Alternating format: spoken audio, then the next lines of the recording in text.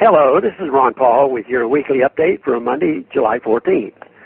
Over the past several weeks, we have seen a significant increase in illegal immigration as thousands of unaccompanied minors pour across what seems an invisible southern border into the United States.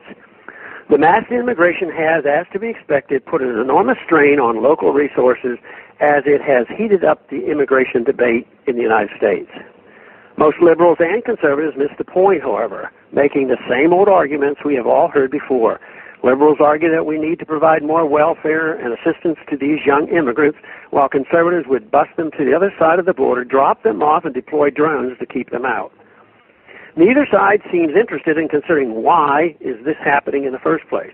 The truth is, this latest crisis is a consequence of mistaken government policies on both sides of the border. In fact, much of the problem can be directly traced to the U.S. drug war, which creates unlivable conditions in countries that produce narcotics for export to the U.S.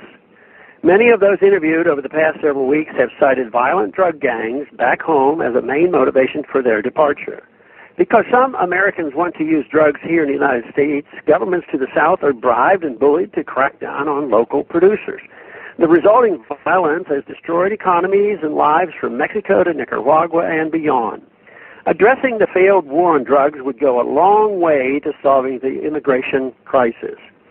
I understand the argument of some libertarians that there should be no limits at all on who comes into the United States.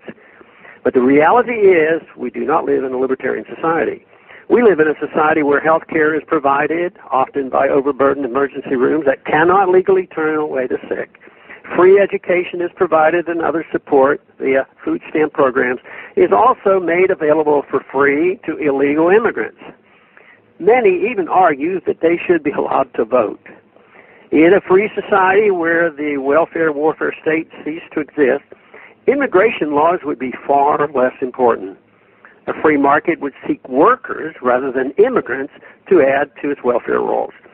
Voting itself would decline in significance.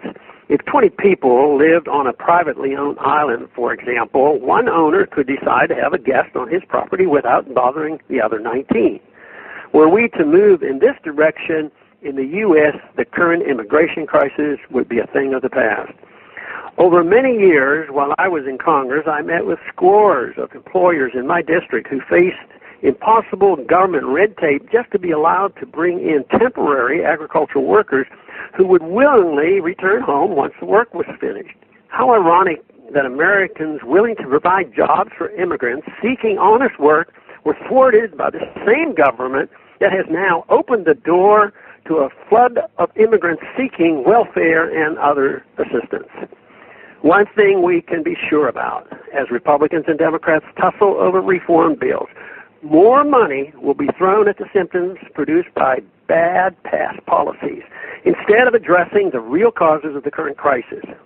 The President's $4 billion supplemental request to address this issue is a costly mix of welfare and enforcement that will do very little to solve the problem because it treats the symptoms instead of the cause. Real reform means changing a failed approach, and until that happens, we can count on more expensive mistakes.